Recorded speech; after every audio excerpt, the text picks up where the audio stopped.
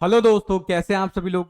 मैं आशीष आप सभी का वेलकम करता हूं अपने इस YouTube channel young minds career institute पे, जहां पर हम आज के लेक्चर में डिस्कस करने वाले हैं कॉकरोच के एक्सटर्नल मॉर्फोलॉजी के बारे में, यानी पेरीप्लैनेटा अमेरिकाना के एक्सटर्नल मॉर्फोलॉजी को हम आज के लेक्चर में डिस्कस करेंगे। अगर आप चैनल पे नए हैं और अभी तक चैनल को सब्सक्राइब नहीं किया है तो आई अर्ज की चैनल को सब्सक्राइब कर लीजिए, अपने दोस्तों का शेयर कर लीजिए। तो चलिए फिर डायरेक्टली मूव करते हैं अपने मेन टॉपिक के ऊपर, जो कि है हमारा एक्सटर्नल मॉर्फोलॉजी।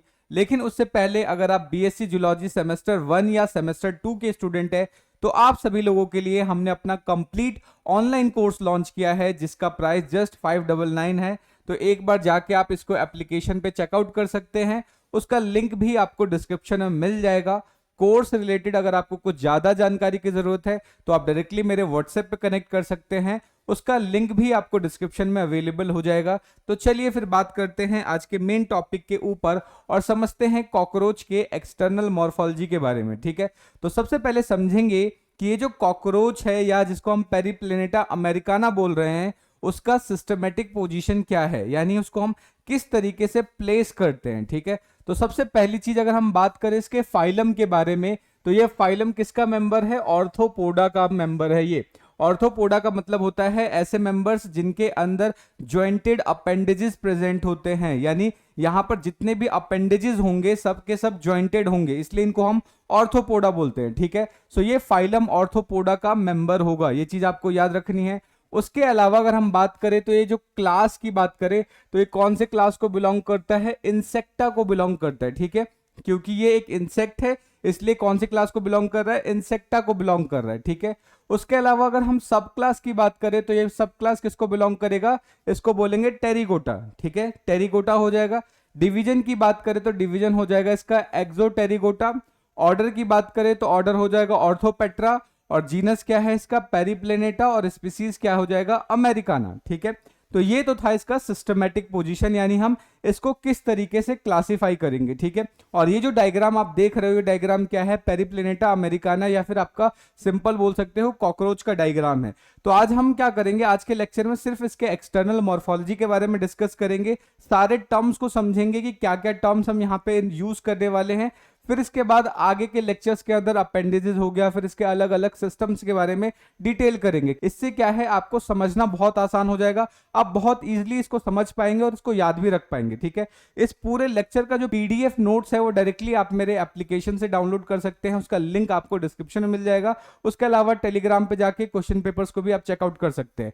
तो चलिए फिर आप बात कर लेते हैं और समझते हैं इसके हैबिट और हैबिटेट के बारे में। ठीक है, जनरली अगर हम इसकी बात करें कॉकरोच की, तो कॉकरोच क्या है? एक नॉक्टर्नल एनिमल होता है। ठीक है, नॉक्टर्नल का मतलब क्या है कि जो दिन में अपने आप को छुपाता फिरता है, यानी लाइट से बचने की कोशिश करता है। वो हमेशा कब निकलता है? अंधेरे में निकलता है। ठीक है, तो ऐसे इंसेक्ट्स जो अंधेरे में निकलते हैं अपने फूड की तलाश में या फूड को खोजने के लिए या फूड खाने के लिए, ऐसे एनिमल्स को हम नॉक्टर्नल बोलते हैं। ठीक है, तो जो आपका कॉकरोच है वो नॉक्टर्नल होता है। इवन आपने घरों में देखा होगा कि जैसे रात के समय में लाइट बंद कर दो तो अचानक से क्या है, निकल के किचन के अंदर से आ जाएंगे, वॉशरूम के अंदर से आ जाते हैं, या इवन सपोज करो कि घरों के अंदर कहीं थोड़ी बहुत दरारें हैं या कहीं कोई छुपने की जगह इन्वर्टर के पीछे हो गया, इस तरीके से बहुत जगहों से क्या है तुरंत निकल के बाहर आ जाते हैं। ठीक है, सो बेसिकली क्या है, ये ऐसी जगहों को ढूंढते हैं या ऐसी जगहों पे रहते हैं जहां पे थोड़ा डैम्पनेस हो। ठीक है, थोड़ी सी नमी हो। ठीक है, एक चीज आपको याद रखना, थोड़ी नमी हो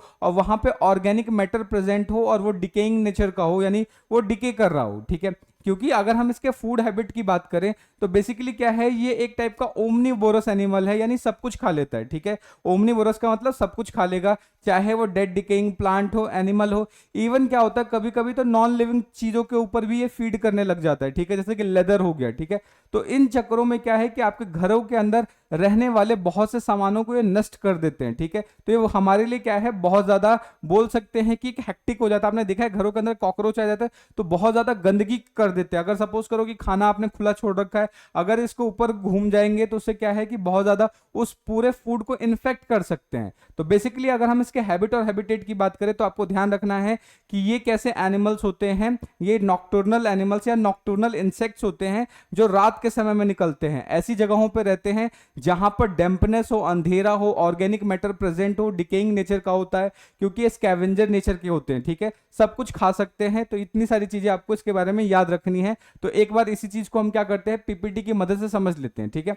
उसके अलावा एक चीज और आपको ध्यान रखना है, ऑल्दो इन इंसेक्ट्स के पास विंग्स तो प्रेजेंट है लेकिन ये उड़ते नहीं है, ज्यादा लंबी फ्लाइट्स नहीं कर सकते। बेसिकली क्या है, ये फास्ट रनर होते हैं, ठीक है। सो ऐसे इंसेक्ट्स जो ज्यादा उड़ते नहीं है बट रनिंग को प्रेफर करते हैं, ऐसे इंसेक्ट्स को हम कर्सोरियल बोलते हैं, ठीक है। तो एक टर्म आप याद रखेंगे, कर्सोरियल। कर्सोरियल का मतलब क्या होता है, एक ऐसा इंसेक्ट जो फ्लाइट करना कम पसंद करता है, यानी उड़ना कम पसंद करता है। ज्यादातर वो अपने डिस्टेंसेस को किस में कवर करता है, दौड़ के कवर करता है, ठीक है। तो आप बोल सकते हो कि ये फास्ट रनर होता है, ठीक है। अगर एक ऑप्टिमम टेम्परेचर की बात करें लगभग 25 डिग्री सेल्सियस की, तो 25 डिग्री सेल्सियस पे क्या है, ये ठीक ठाक भाग लेता है, ठीक है। लगभग क्या है, 70 से 130 सेंटीमीटर पर सेकंड की स्पीड से ये भाग सकता है, यानी ठीक ठाक भाग लेता है, ठीक है। तो ये चीज आपको इसके बारे में याद रखना है। तो इतनी सारी चीजों को हम क्या करते हैं, एक बार पीपीटी की मदद से भी समझ लेते हैं इसके हैबिट और हैबिटेट के बारे में, ठीक है।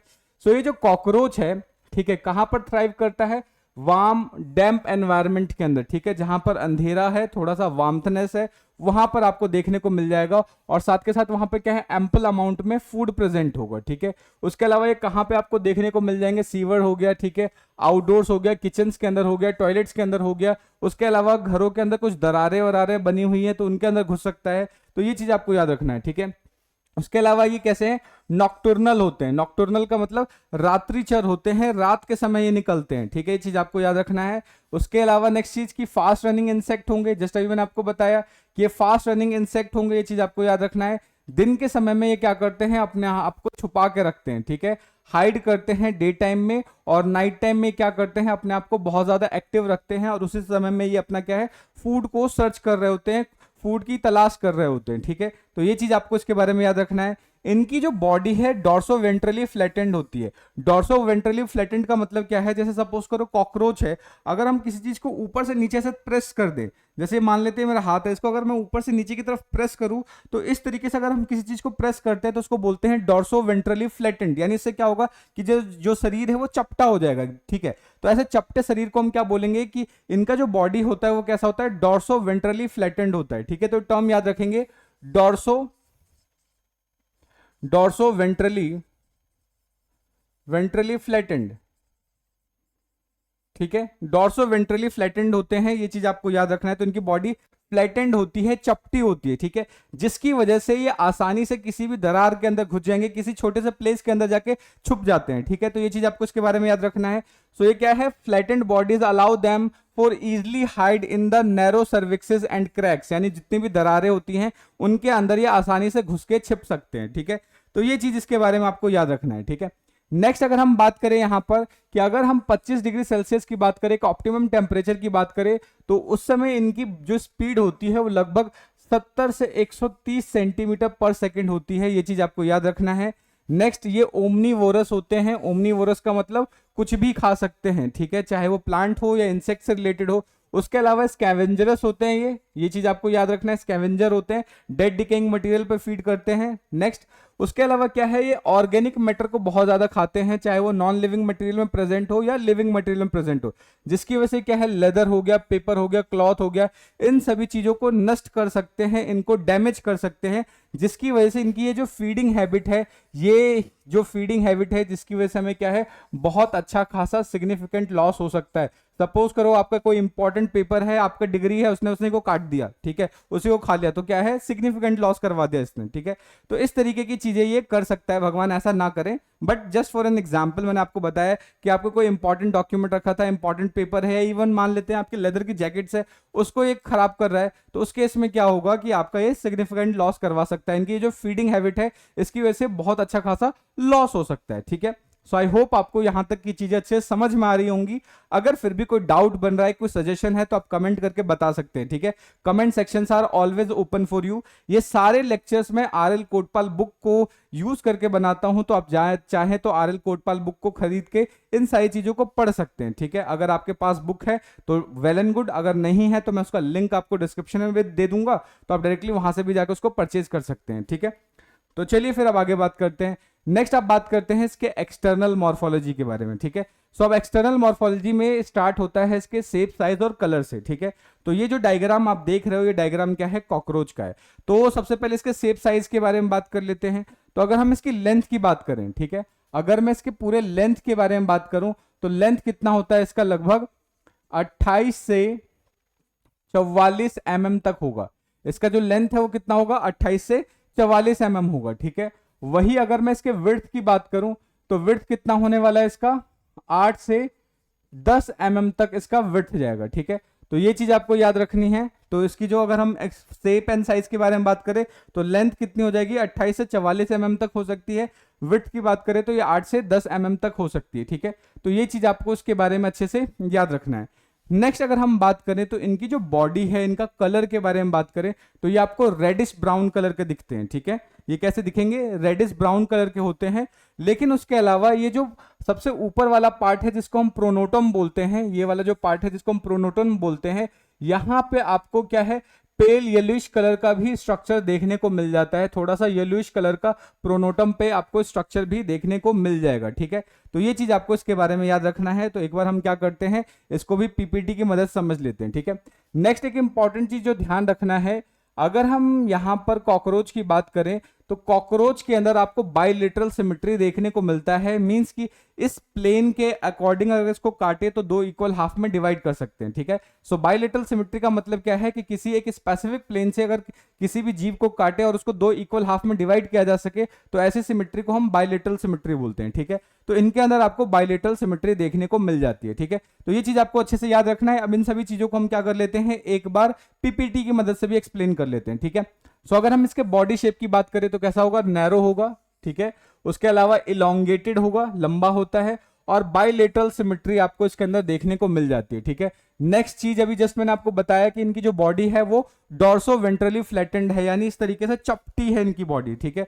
तो डॉर्सो वेंट्रली फ्लैटेंड है। अगर हम इसके अडल्ट के अंदर इसके साइज के बारे में बात करें तो इसकी लेंथ आपको 28 से 44 mm तक देखने को मिल जाती है, और चौड़ाई की बात करें तो 8 से 10 mm तक इसकी चौड़ाई होती है, ठीक है। तो ये याद रखेंगे। उसके अलावा इसके बॉडी के कलर की बात करें तो इनकी जो बॉडी का कलर होता है वो शाइनिंग रेडिश ब्राउन कलर का होगा। उसके अलावा आप देखेंगे प्रोनोटम के एज पे आपको कुछ येलोइश एरिया भी देखने को मिल जाते हैं, ठीक है। मेन कलर कैसा होगा, शाइनिंग रेडिश ब्राउन कलर का होगा, लेकिन प्रोनोटम के पास आपको कुछ पेल येलो कलर का भी एरिया देखने को मिल जाता है, ठीक है, प्रोनोटम के पास, यानी यहां पर, ठीक है। तो ये चीज आपको इसके बारे में याद रखना है। नेक्स्ट, अभी जो प्रोनोटम है उसके अंदर ये जो डार्क पैचेस हैं वो किस कलर के होंगे, येलो कलर के होते हैं। तो ये चीज आपको इसके बारे में याद रखना है। नेक्स्ट, अब सबसे इंपॉर्टेंट चीज यहां से स्टार्ट होती है जो हमें समझना है, ठीक है। अब समझना क्या है हमें, कि जो ये कॉकरोच है, ठीक है, कॉकरोच की जो पूरी की पूरी बॉडी है उसके ऊपर क्या है, काइटिन का एक एक्सोस्केलेटन बना हुआ होता है। यानी इनकी बॉडी को प्रोटेक्शन प्रोवाइड करने के लिए इनकी बॉडी के ऊपर पूरे काइटिन की एक लेयर प्रेजेंट होती है। काइटिन के एक्सोस्केलेटन का फॉर्मेशन होता है, और ये जो काइटिन का एक्सोस्केलेटन है इनकी बॉडी को कवर करके रखता है, इनको प्रोटेक्ट करने का काम करता है, ठीक है। तो ये चीज आपको याद रखना है। और ये जो काइटिन की जो एक्सोस्केलेटन है जो बेसिकली क्यूटिकल लेयर से बनता है, और वो भी कहां से रिलीज होगा, हाइपोडर्मिस से होगा। अब ये क्या चीज मैं बोल रहा हूं, एक बार डायग्राम की मदद से समझ लेते हैं तो ये सारे टर्म्स आपको समझ में आ जाएंगे, ठीक है। तो सपोज करो ये कॉकरोच की बॉडी है, ठीक है। अब इस कॉकरोच की बॉडी को प्रोटेक्ट करने के लिए इसके ऊपर काइटिन का एक एक्सोस्केलेटन बना हुआ होता है, ठीक है। अब ये जो काइटिन का एक्सोस्केलेटन है वो नीचे की जो लेयर होती है, क्यूटिकल लेयर, इससे ही सिक्रीशन होता है, या बोल सकते हैं कि यहां पर हाइपोडर्मिस होगा। इस लेयर में, इस लेयर में क्या है, हाइपोडर्मिस होगा। ये हाइपोडर्मिस क्या करता है, क्यूटिकुलर लेयर, या फिर ये बोल सकते हो इस तरीके से एक्सोस्केलेटन का सिक्रीशन करता है, ठीक है। सो आपको ध्यान रखना है कि ये जो काइटिनियस एक्सोस्केलेटन है उसका सिक्रीशन हाइपोडर्मिस लेयर से होता है, ठीक है। अब ये जो एक्सोस्केलेटन है, ये जो आपका एक्सोस्केलेटन है, ये एक्सोस्केलेटन इनकी पूरी बॉडी के ऊपर प्रेजेंट होता है, इनको कवर करके रखता है, ठीक है, प्रोटेक्शन प्रोवाइड करता है। अब ये इनकी जो बॉडी है एक्सोस्केलेटन से कैसे कवर होता है उसको समझते हैं, ठीक है। तो अब जैसे सपोज करो ये कॉकरोच है, ये कॉकरोच का इस समय जो आप पार्ट देख रहे हो इसको बोलते हैं वेंट्रल रीजन। ये कौन सा पार्ट है इसका, वेंट्रल साइड है, आप बोल सकते हो ये कॉकरोच का वेंट्रल साइड है। इससे पीछे वाला जो साइड होगा वो होगा डॉर्सल, और साइड वाला क्या होगा, लेटरल। अभी सपोज करो, अभी आप जो मुझे देख पा रहे हो ये मेरा वेंट्रल साइड है, ये साइड वाला क्या हो जाएगा, लेटरल हो जाएगा, और पीछे वाला जो बैक साइड है वो मेरा क्या होगा, डॉर्सल साइड होगा। ठीक है, तो सेम एज कॉकरोच में भी क्या है, यहां पर आपको इससे पीछे वाला जो पार्ट होगा, पीछे वाला जो पार्ट है दैट इज डॉर्सल साइड, जो अभी दिख रहा है आपको ये वेंट्रल साइड होगा, और ये वाला कौन सा होगा, लेटरल साइड होगा। ठीक है, तो अब इनके ये जो जितने भी साइड है, चाहे डॉर्सल साइड हो, वेंट्रल साइड हो, लेटरल साइड हो, इसको चारों तरफ से कवर करने के लिए काइटिन का एक्सोस्केलेटन होता है। ठीक है, अभी जो काइटिन का एक्सोस्केलेटन है बेसिकली प्लेट्स की फॉर्म में होता है, और वो प्लेट्स कैसे बनता है उसको समझते हैं। ठीक है, तो ये काइटिन का एक्सोस्केलेटन बॉडी के ऊपर प्रेजेंट होगा, एक काइटिन का एक्सोप्लेट जो है वो बॉडी के नीचे प्रेजेंट होगा, और दो काइटिन के जो एक्सोस्केलेटन है वो इस तरीके से लेटरल साइड में प्रेजेंट होंगे। ठीक है, let me change the colour, colour change करके बनाता हूं जिससे कि बहुत अच्छे से समझ में आ जाएगा आपको। ठीक है, तो सपोज करो मैं बात कर रहा हूं सबसे पहले डॉर्सल साइड की, डॉर्सल हो गया, इधर वेंट्रल हो गया, और इधर की साइड लेटरल हो गया, ये भी लेटरल हो जाएगा और इधर भी लेटरल हो जाएगा। ठीक है, तो सबसे पहले हम डॉर्सल की बात करते हैं। डॉर्सल का मतलब पीछे वाला, अभी आप जो देख रहे हो ये इसका क्या है, वेंट्रल साइड है, इसके पीछे वाला कौन सा होगा, डॉर्सल होगा। तो डॉर्सल साइड पे भी क्या होगा, एक्सोस्केलेटन प्रेजेंट होगा, क्योंकि प्रोटेक्शन चाहिए इसको। तो डॉर्सल साइड में इस तरीके से एक काइटिन का एक एक्सोस्केलेटन का प्लेट बना होगा। ठीक है, उसी तरीके से अब क्या होगा, इधर यहां पर डॉर्सल साइड में भी इस तरीके से प्रेजेंट होगा दो प्लेट ऐसे। नेक्स्ट दूसरा क्या होगा, और एक नीचे की साइड भी इस तरीके से प्लेट प्रेजेंट होगा। ठीक है, तो इस तरीके से इनकी बॉडी पे चारों साइड से क्या है कि काइटिन का प्लेट प्रेजेंट होता है, जो इनकी बॉडी को प्रोटेक्ट करने के लिए इनको कवर करके रखता है। ठीक है, अब जो इंपॉर्टेंट चीज है जो आपको याद रखना है वो इनका नाम याद रखना है। ठीक है, अब नाम हम कैसे याद रखेंगे, तो ध्यान दीजिए, जो सबसे ऊपर वाला जो डॉर्सल साइड वाला प्लेट होता है उसको टर्गम बोलते हैं, इसको क्या नाम देंगे, टर्गम बोलेंगे। जो नीचे वाला है, जो वेंट्रल साइड में जो प्लेट है उसको क्या नाम देंगे, उसको स्टर्नम बोलेंगे। ठीक है, इसको स्टर्नम बोलेंगे, और जो साइड में, जो लेटरल साइड में ये आपके जो प्लेट्स हैं इनको प्लूराइड्स बोलते हैं, इनको क्या बोलेंगे, प्लूराइड्स बोलेंगे। ठीक है, अब नेक्स्ट इंपॉर्टेंट चीज जो आपको याद रखनी है कि ये जो प्लेट्स हैं आपको ये देखने में लग रहा है कि अलग अलग हैं, तो अलग अलग हैं तो छूट के अलग हो सकते हैं, अलग गिर सकते हैं, तो इनको आपस में जोड़े रखने के लिए क्या होता है, इनके बीच में इस तरीके से मेम्ब्रेन प्रेजेंट होता है, और ये मेम्ब्रेन क्या करता है, इनको आपस में कनेक्ट करके रखता है। इन मेम्ब्रेन को हम बोलते हैं आर्थरोइडल मेम्ब्रेन, इनको क्या नाम देंगे, ऑर्थरोइडल, इनको बोलेंगे ऑर्थरोइडल मेम्ब्रेन। ये जो आपके ऑर्थरोइडल मेम्ब्रेन है, ये ऑर्थरोइडल मेम्ब्रेन क्या करते हैं, इसको कनेक्ट करते हैं। ठीक है, इनको आपस में जोड़ कर रखते हैं। तो आप ध्यान रखना है जो मेन कॉकरोच की बॉडी है वो इनके अंदर प्रेजेंट होगी, ऊपर से ये प्लेट प्रेजेंट होगी काइटिन की जो इसको प्रोटेक्ट करके रखता है। ठीक है, तो ये चीज आपको इसके बारे में अच्छे से याद रखना है। तो ये प्लेट्स अभी हम बार बार रिपीट करेंगे, तो ये प्लेट्स के नाम आप याद रखेंगे। डॉर्सल साइड वाला जो प्लेट होगा उसको टर्गम बोलेंगे, नीचे वाला जो होगा स्टर्नम बोलेंगे, साइड वाले को हम क्या बोलते हैं, प्लूराइड्स बोलते हैं। ठीक है, तो ये चीज आपको अच्छे से याद रखनी है। सो आई होप आपको यहां तक की चीज अच्छे से समझ में आ रही होंगी। अगर फिर भी कोई डाउट बन रहा है, कोई सजेशन है, तो आप कमेंट करके बता सकते हैं। ठीक है, अब चलिए एक बार हम क्या करते हैं, इस सभी को पीपीटी की मदद से भी समझने की कोशिश कर लेते हैं। ठीक है, तो चलिए स्टार्ट करते हैं।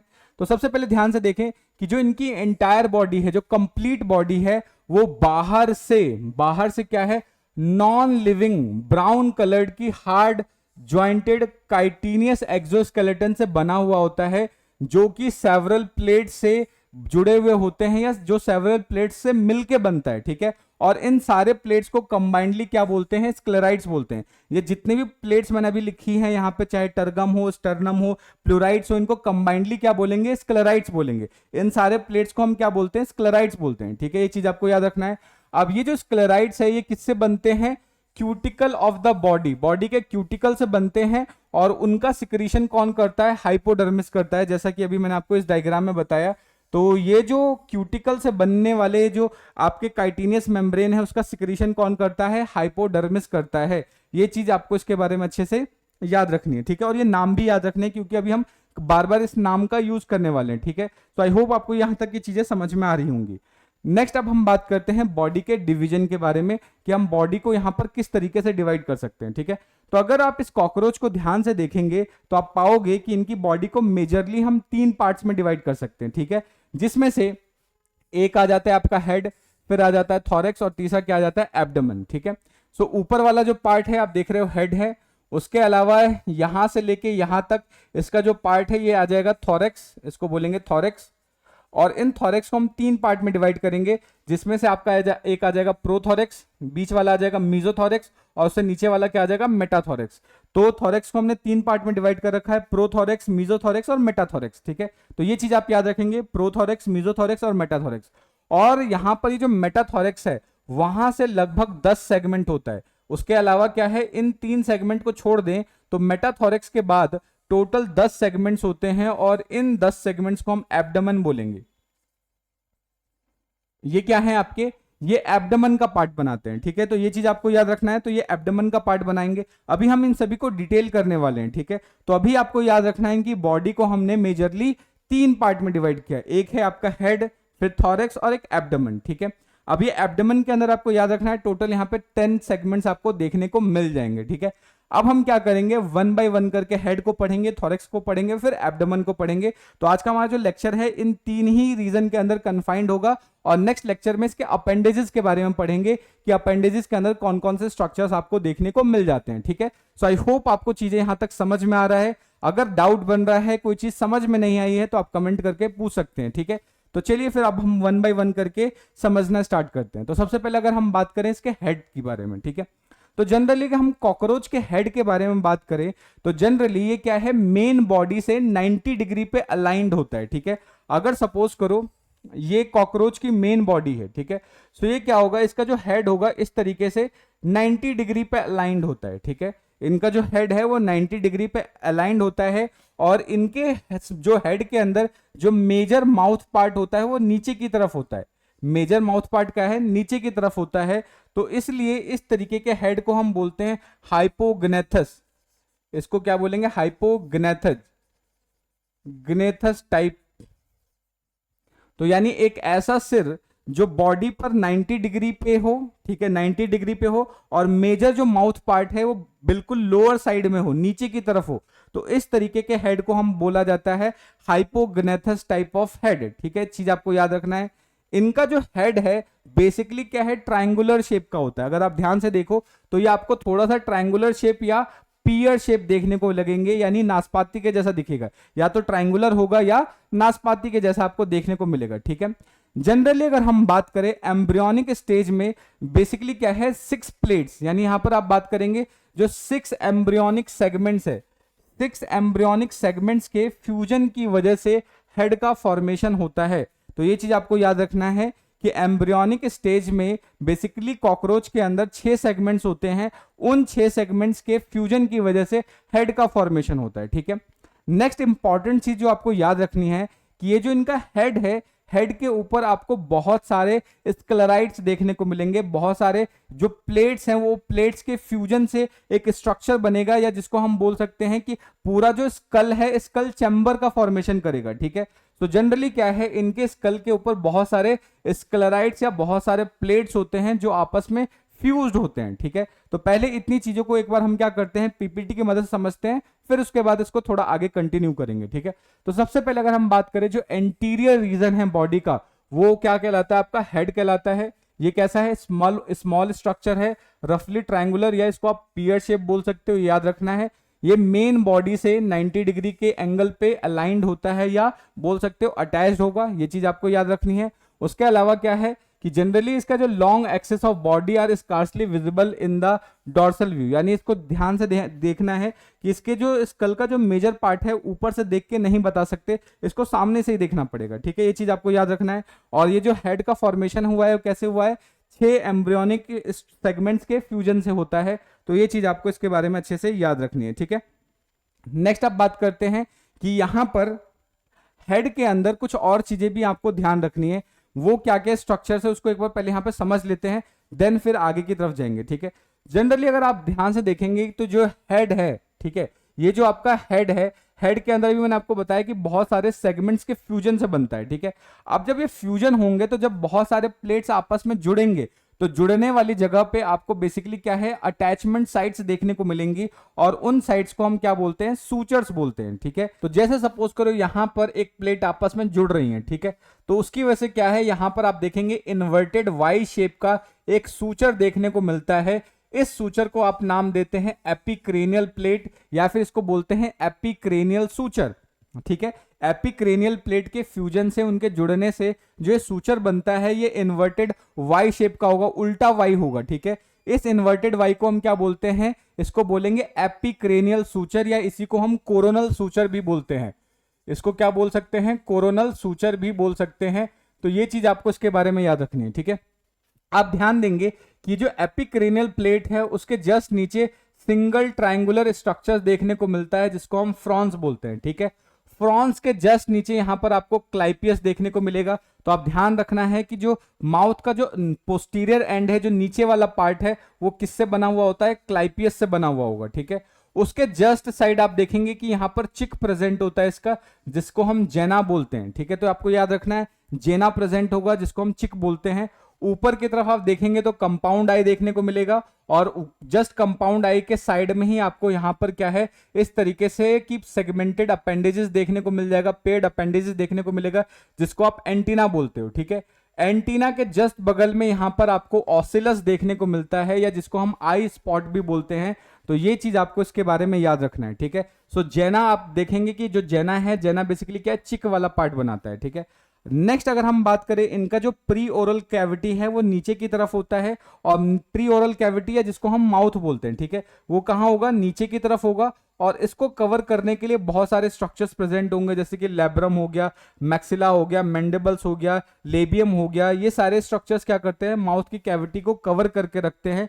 तो ये चीजें आपको माउथ के बारे में अच्छे से याद रखना है। ठीक है, अभी जब हम अपेंडेजेस या माउथ को स्पेशली जब डिटेल करेंगे तब इन सब सारे स्ट्रक्चर्स को और ज्यादा डिटेल करेंगे। अभी फिलहाल आपको ये याद रखना है कि जो आपका पूरा का पूरा जो हेड वाला रीजन है वो बहुत सारे प्लेट्स के जुड़ने से बनता है, और जब वो जुड़ेंगे तो वहां पर सूचर्स बनेंगे। ठीक है, जिसमें से अगर सबसे ऊपर देखें तो इन्वर्टेड वाई शेप का एक सूचर देखने को मिलता है जिसको हम एपिक्रेनियल सूचर या कोरोनल सूचर बोलते हैं। उसके जस्ट नीचे आपको वाई शेप का या बोल सकते हैं ट्रायंगुलर शेप का आपको क्या देखने को मिलेगा, यहाँ पे फ्रॉन्स देखने को मिलता है। फ्रॉन्स के जस्ट नीचे क्लाइपियस होगा, ये नाम याद रखना है। साइड में क्या होता है, चिक प्रेजेंट होता है जिसको हम जेना बोलते हैं। ये सारी चीजें आपको इसके हेड वाले रीजन के बारे में याद रखना है। ठीक है, नेक्स्ट अब बात करते हैं नेक। अभी जो नेक वाला रीजन है, नेक की अगर बात करें तो नेक का काम क्या होगा कि हेड को main part of the body से कनेक्ट करने का काम होता है। ठीक है, सो यहां पर जो हेड होता है वो ज्यादा बेसिकली प्रोमिनेंट, आपको ज्यादा विजिबल नहीं होता, क्योंकि यहां पे जो सबसे जस्ट पीछे वाला जो प्रोथोरेक्स है, प्रोथोरेक्स के ऊपर का जो टर्गम होता है, वो टर्गम क्या है, वो आगे की तरफ एक्सटेंडेड होता है और नेक वाले रीजन को कवर कर देता है, जिसकी वजह से जो नेक है हमें बाहर से विजिबल, क्लियरली विजिबल नहीं हो पाता।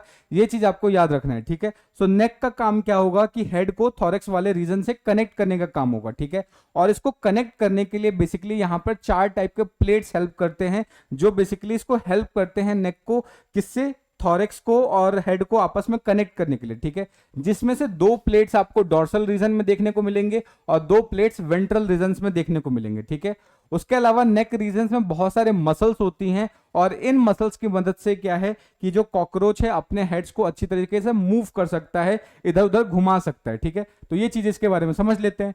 तो अगर हम बात करें, जो हेड है वो थोरेक्स से अटैच होता है आगे की तरफ। ठीक है, किसे, एक शॉर्ट नैरो नेक से कनेक्ट होगा, या जिसको हम सर्वाइकम भी बोलते हैं। नेक को क्या बोलेंगे, सर्वाइकम बोलेंगे। और इसको सपोर्ट करने के लिए बेसिकली क्या है, 4 काइटिनियस प्लेट प्रेजेंट होगी, जिसमें से 2 डोर्सल प्लेट होती है और 2 आपकी वेंट्रल प्लेट होती है। ठीक है, तो ये चीज आप याद रखेंगे।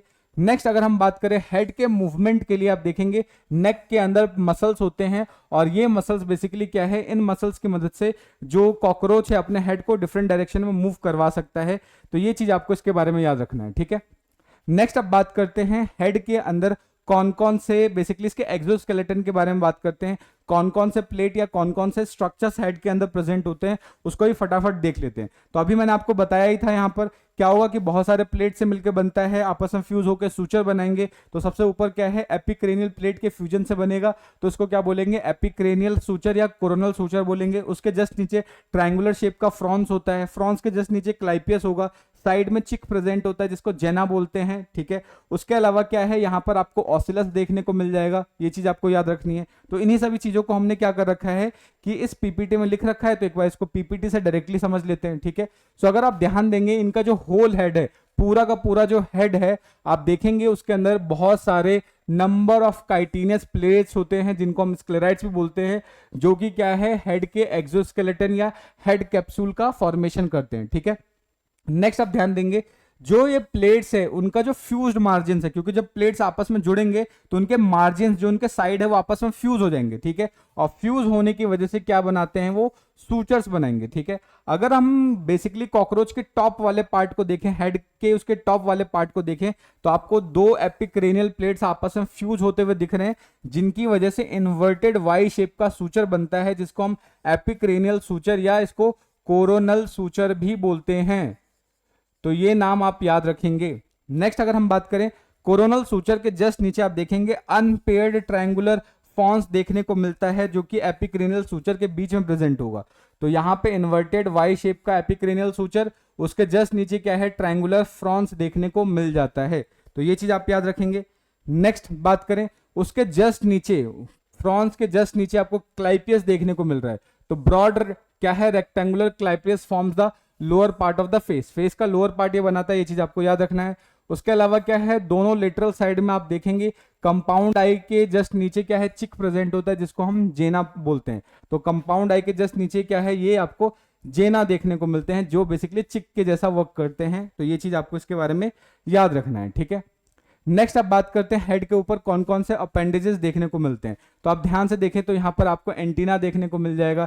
एंटीना भी क्या है बेसिकली बहुत सारे सेगमेंटेड स्ट्रक्चर है। ठीक है, तो यहाँ पे आप देखेंगे कि फ्रंट में हर एक आई के पास एक long cylindrical and multi segmented antenna देखने को मिल जाएगा। उसके बेस में आप देखेंगे कि स्मॉल राउंडेड व्हाइट स्ट्रक्चर देखने को मिल जाएगा, जिसको हम फेनेस्ट्रा बोलते हैं। तो ये आप यहाँ पर देखोगे फेनेस्ट्रा देखने को मिलता है, ये बेसिकली सिंपल सा आई या ऑसिलस की तरह वर्क करेगा। तो ये सारे अपेंडेजेस क्या है हेड के ऊपर आपको देखने को मिल जाते हैं। ठीक है, नेक्स्ट अगर हम बात करें कि इनके हेड के जस्ट नीचे ही सारा का सारा प्री ओरल कैविटी होता है, माउथ कहाँ है नीचे होता है, और उसको कवर करने के लिए अलग अलग स्ट्रक्चर प्रेजेंट होगा, चाहे मैक्सिला हो, लेब्रम हो, लेबियम हो, ये सारे स्ट्रक्चर कहाँ है नीचे की तरफ प्रेजेंट होता है, इसलिए इसको हम हाइपोग्नेथस हेड भी बोलते हैं। ये जस्ट मैंने अभी आपको बताया ही था।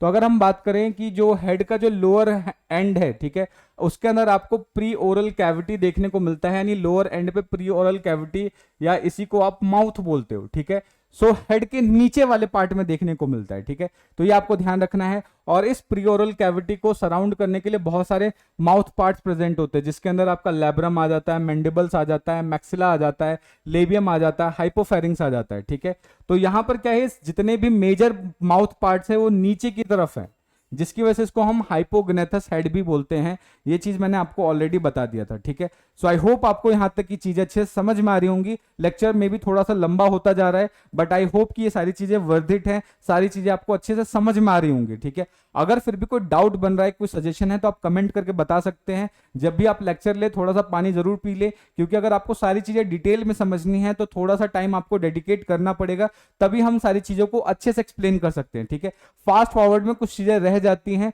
बट यहां पर क्या है मोस्ट ऑफ द चीजों को मैं कवर करने की कोशिश कर रहा हूं। अगर फिर भी कोई डाउट रहता है तो आप कमेंट करके पूछ सकते हैं। वीडियोस आपको कैसी लग रही हैं वो भी आप मुझे बता सकते हैं। कोई सजेशन है वीडियो के इंप्रूवमेंट के लिए तो आप मुझे बताइए, नेक्स्ट वीडियोस के अंदर उन इंप्रूवमेंट के साथ मैं आपको आऊंगा। ठीक है, तो चलिए फिर अब आगे बढ़ लेते हैं।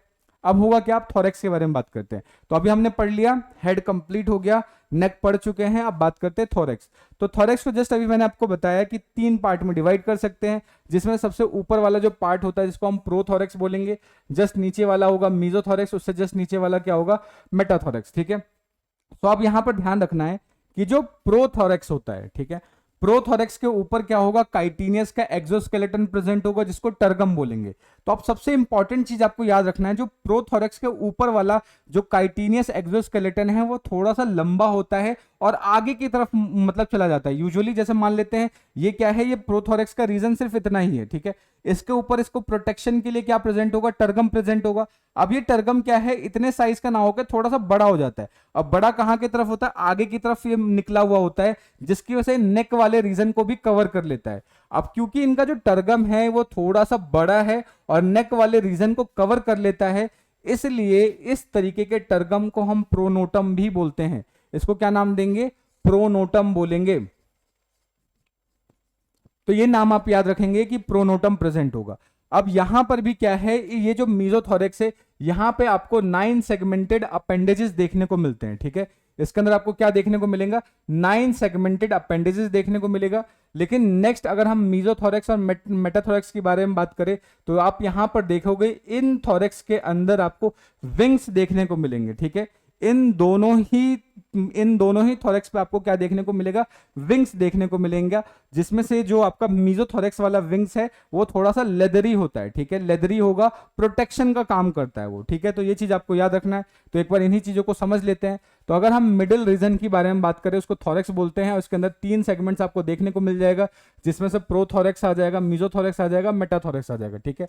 अगर हम एक्सोस्केलेटन की बात करें तो हर एक सेगमेंट में आप देखेंगे कि डोर्सल टर्गम प्रेजेंट होगा और वेंट्रल के साइड में स्टर्नम प्रेजेंट होगा। ये चीज अभी हमने देख ही लिया था।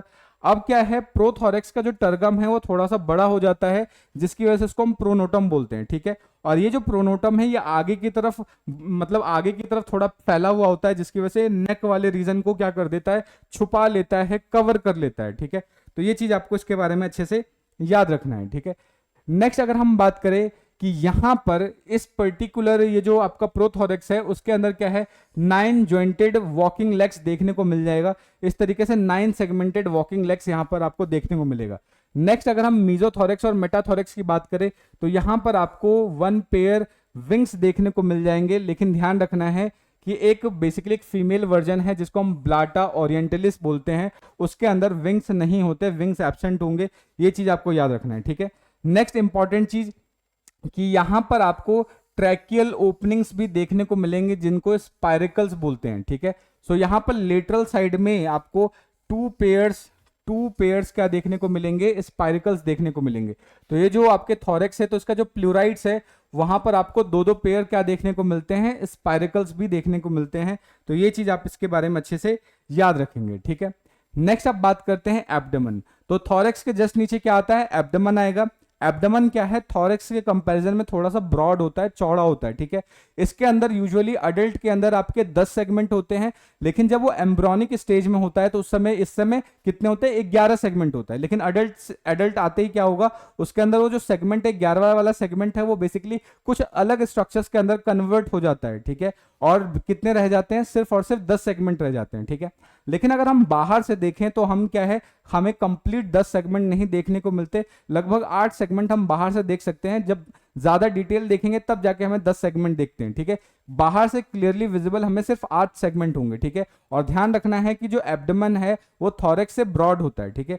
नेक्स्ट इवन अगर हम कंपेयर करें तो मेल के कंपैरिजन में फीमेल में जो एब्डोमेन होता है वो थोड़ा ज्यादा ब्रॉड होगा, ठीक है। तो ये सारी चीजें आपको इसके बारे में याद रखनी है। तो अगर हम बात करें जो पोस्टीरियर रीजन होगा बॉडी का उसको हम एब्डोमेन बोलेंगे, ये चीज आपको याद रखना है। और ये क्या है, थोरेक्स के कंपैरिजन में ज्यादा ब्रॉड होता है और ये भी डॉर्सो वेंट्रली फ्लैटेंड होगा, चपटा होगा, ये चीज आपको याद रखना है। अडल्ट के अंदर एब्डोमेन के अंदर 10 सेगमेंट्स देखने को मिलते हैं, लेकिन एम्ब्रियो के अंदर आप देखेंगे तो 11 सेगमेंट होगा, ठीक है। लेकिन अगर हम बाहर से देखें, ठीक है, तो बाहर से देखने पे हमें सारे सेगमेंट्स क्लियरली विजिबल नहीं होते। कुछ जो सेगमेंट्स होते हैं वो क्या होंगे, छिप जाते हैं, कंसील्ड हो जाते हैं, ठीक है। नेक्स्ट इंपॉर्टेंट चीज जो ये याद रखना है, ये पूछा जा सकता है कि शुरुआत के जो 8 सेगमेंट होते हैं, यानी 1 से लेके 8 सेगमेंट में आप देखेंगे टोटल 8 पेयर्स ऑफ ट्रैकिया या फिर स्पाइरिकल्स देखने को मिलते हैं आपको, किसमें, 8 एब्डोमिनल सेगमेंट्स के अंदर देखने को मिलेंगे। तो जो सेगमेंट्स है उसके जो लास्ट वाला लेटरल साइड वाले जो प्लूराइड्स होते हैं, प्लूराइड्स पे आपको क्या है, आपको टोटल 8 पेयर्स ऑफ स्पाइरिकल्स देखने को मिल जाते हैं। तो ये चीज आपको इसके बारे में अच्छे से याद रखना है, ठीक है। नेक्स्ट अगर हम बात करें तो यहां पर जो एक्सोस्केलेटन होता है एब्डोमिनल सेगमेंट का, उसके अंदर आप देखेंगे डॉर्सल साइड में टर्गम होगा, वेंट्रल साइड में स्टर्नम होगा और लेटरल साइड में सॉफ्ट क्यूटिकल होगा, जिसको प्लूराइड्स बोलते हैं, ठीक है। नेक्स्ट इंपॉर्टेंट चीज आपको ध्यान रखना है, जो एब्डोमेन का जो 7th टर्गम है, जो 7th टर्गम होगा वो थोड़ा सा बड़ा होता है और वो लगभग आपका 8 और 9 को छुपा लेता है, उसको भी ओवरलैप कर देता है। सो 7th टर्गम होगा, जो 7 सेगमेंट का जो टर्गम है वो 8 और 9th वाले सेगमेंट को ओवरलैप कर देता है, आपको ये याद रखना है। नेक्स्ट इंपॉर्टेंट चीज, ये सबसे इंपॉर्टेंट है, आपको याद रखना है, जो लास्ट वाला आपका जो 10th टर्गम है वो क्या होगा, वो आगे की तरफ फ्रीली मूव करता है और इस तरीके से बाइफिड हो जाता है। बाइफिड का मतलब इस तरीके से दो तरीके से इसके दो मुंह बन जाते हैं, ठीक है। सो जो लास्ट वाला जो 10th सेगमेंट है, जो 10th टर्गम है, वो आगे की तरफ इंडिपेंडेंटली फ्रीली आगे मूव करेगा और उसके अंदर बाइफिडिंग स्ट्रक्चर डेवलपमेंट हो जाता है। तो यही चीज मैंने लिखा है कि जो 10th टर्गम है वो आगे की तरफ मतलब कि बाहर की तरफ जाएगा फ्रीली और उसके अंदर आपको बाइफिड प्लेट देखने को मिल जाएगा, ठीक है। नेक्स्ट इंपॉर्टेंट चीज जो एनस है, ठीक है, जो एनस होगा वो क्या है, 10th सेगमेंट या बोल सकते हैं जो 10th टर्गम है उसके नीचे प्रेजेंट होगा। और 10th जो टर्गम है या जो 10th सेगमेंट है उसके नीचे क्या है, आपको 4 पॉडिकल प्लेट्स देखने को मिलते हैं और इन 4 पॉडिकल प्लेट्स के बीच में ही ओपनिंग होती है जिसको हम एनस की ओपनिंग बोलते हैं, ठीक है। और इन 4 प्लेट्स में अगर हम बात करें तो डॉर्सल को एपीप्रॉक्ट बोलते हैं, वेंट्रल को हाइपोप्रॉक्ट बोलते हैं और लेटरल साइड वाला जो होगा उसको पैराप्रॉक्ट बोलेंगे, ठीक है। ये आपको ध्यान रखना। और ये जो प्लेट्स है बेसिकली क्या है, ये जो 11 सेगमेंट था एम्ब्रियोनिक स्टेज में, ये उन्हीं का वेस्टिजियल स्ट्रक्चर माना जाता है। इसका मतलब क्या है कि जैसे सपोज करो 10 सेगमेंट है, 10 सेगमेंट के नीचे इस तरीके से 4 प्लेट्स होंगे, इन 4 प्लेट्स के नीचे बीच में एक ओपनिंग होगी, इसी को हम एनस बोलते हैं, ठीक है। तो ये चीज आपको इसके बारे में अच्छे से याद रखना है, ठीक है। नेक्स्ट कुछ इंपॉर्टेंट स्ट्रक्चर्स है जो आपको याद रखना है। तो आप देखेंगे कि जो 10 सेगमेंट है, 10 सेगमेंट के लेटरल साइड से आपको कुछ इस तरीके से मल्टी सेगमेंटेड स्ट्रक्चर देखने को मिलता है जिसको हम एनल सर्कस या एनल सर्काई बोलते हैं, ठीक है। और ये जो स्ट्रक्चर है एनल सर्कस या एनल सर्काई, ये आपको मेल और फीमेल दोनों में ही देखने को मिलेंगे, ठीक है। ये मल्टी सेगमेंटेड स्ट्रक्चर है। ऐसा माना जाता है कि ये जो 11 सेगमेंट जो था एम्ब्रियोनिक में, ये उसी का स्ट्रक्चर बना हुआ स्ट्रक्चर है, ठीक है। लेकिन मेल्स के अंदर कुछ एक स्पेशल स्ट्रक्चर्स भी देखने को मिलता है। मेल्स के अंदर आप देखेंगे कि जो 9 सेगमेंट है, 9 सेगमेंट से कुछ स्ट्रक्चर निकल के आता है और उस स्ट्रक्चर को हम एनल स्टाइल बोलते हैं, ठीक है। और ये जो एनल स्टाइल है सिर्फ और सिर्फ मेल में देखने को मिलेगा, फीमेल में एनल स्टाइल नहीं प्रेजेंट होता। तो ये चीज आप उसके बारे में अच्छे से याद रखेंगे, ठीक है। सो अगर हम 10 सेगमेंट की बात करें, दोनों सेगमेंट उसके अंदर आप देखेंगे कि बहुत सारे small filamentous sensory anal cerci present होगा जो बाहर की तरफ निकला हुआ होता है, ठीक है। ये चीज आपको याद रखना है और ऐसा माना जाता है कि ये 11 सेगमेंट का ही पार्ट है, ठीक है। नेक्स्ट, ये जो एनल सर्काई है वो बेसिकली टोटल 15 सेगमेंट से मिलकर बनता है, यानी इसके अंदर टोटल इस तरीके से 15 सेगमेंट्स प्रेजेंट होंगे, ठीक है। तो इसके अंदर टोटल कितने होंगे, 15 सेगमेंट प्रेजेंट होंगे। तो ये चीज आपको इसके बारे में अच्छे से याद रखना है। नेक्स्ट अगर हम बात करें तो जो टर्मिनल पार्ट होगा एब्डोमेन का, वो दोनों सेक्सेस के अंदर अलग अलग स्ट्रक्चर शो करता है। ये चीज आपको याद रखना है, ठीक है। मेल्स के अंदर क्या है कि एनल सर्काई के अलावा 9th स्टर्नम से अगर हम बात करें तो वहां पे आपको आप देखेंगे कि एनल स्टाइल देखने को मिलता है मेल्स के अंदर, लेकिन फीमेल्स में ये एब्सेंट होगा, ठीक है। नेक्स्ट अगर हम जेनाइटल अपर्चर के बारे में बात करें मेल्स के अंदर, तो मेल्स के अंदर जो जेनाइटल अपर्चर है वो कहां पर प्लेस्ड होगा, 9th और 10th स्टर्नम के बीच में प्रेजेंट होगा और वो उसको सराउंड करने के लिए कॉम्प्लेक्स स्ट्रक्चर प्रेजेंट होता है जिसको गोनापोफाइसिस बोलते हैं, ठीक है। तो ये याद रखना है कि मेल्स के अंदर जो जेनाइटल ओपनिंग है वो कहां प्रेजेंट होगा, 9th और 10th स्टर्नम के बीच में होगा और उसको कवर करने के लिए, उसको प्रोटेक्शन, उसको ढकने के लिए एक स्ट्रक्चर प्रेजेंट होता है जिसको हम गोनापोफाइसिस बोलते हैं, ठीक है। ये याद रखना है। लेकिन वही अगर हम बात करें यहाँ पर फीमेल्स के अंदर, ठीक है, तो फीमेल्स का जो कॉकरोच होता है वो मेल्स के कंपैरिजन में बड़ा होता है। यहाँ पर जो जेनाइटल अपर्चर होगा वो क्या होगा, 8 सेगमेंट में प्रेजेंट होता है या 8 स्टर्नम में बेसिकली क्या होगा, ओपन होगा और उसको भी कवर करने के लिए यहाँ पर क्या होता है, गोनापोफाइसिस प्रेजेंट होगा, ठीक है। नेक्स्ट इंपॉर्टेंट चीज जो सबसे ज्यादा आपको याद रखना है कि फीमेल्स में जो 7th स्टर्नम होता है वो एक बोर्ड शेप का स्ट्रक्चर बनाता है, ठीक है, एक जेनाइटल पाउच बनाता है जिसकी वजह से क्या है, 2 ग्वाइनो वेल्वुलर बेसिकली प्लेट्स का फॉर्मेशन होगा। ये चीज आपको इसके बारे में याद रखना है और इन्हीं से क्या है, एग या ककून बार बार बाहर स्ट्रक्चर निकलते रहते हैं, ठीक है। तो ये चीज आपको याद रखना है। तो इसी के साथ हमारा आज का लेक्चर यहीं पे समाप्त होता है। होप आपको एक्सटर्नल मॉर्फोलॉजी अच्छे से समझ में आ गया होगा। अगर फिर भी कोई डाउट रह जाता है, कोई सजेशन है तो आप कमेंट करके बता सकते हैं। मिलते हैं नेक्स्ट वीडियो में, तब तक के लिए जय हिंद दोस्तों, थैंक यू।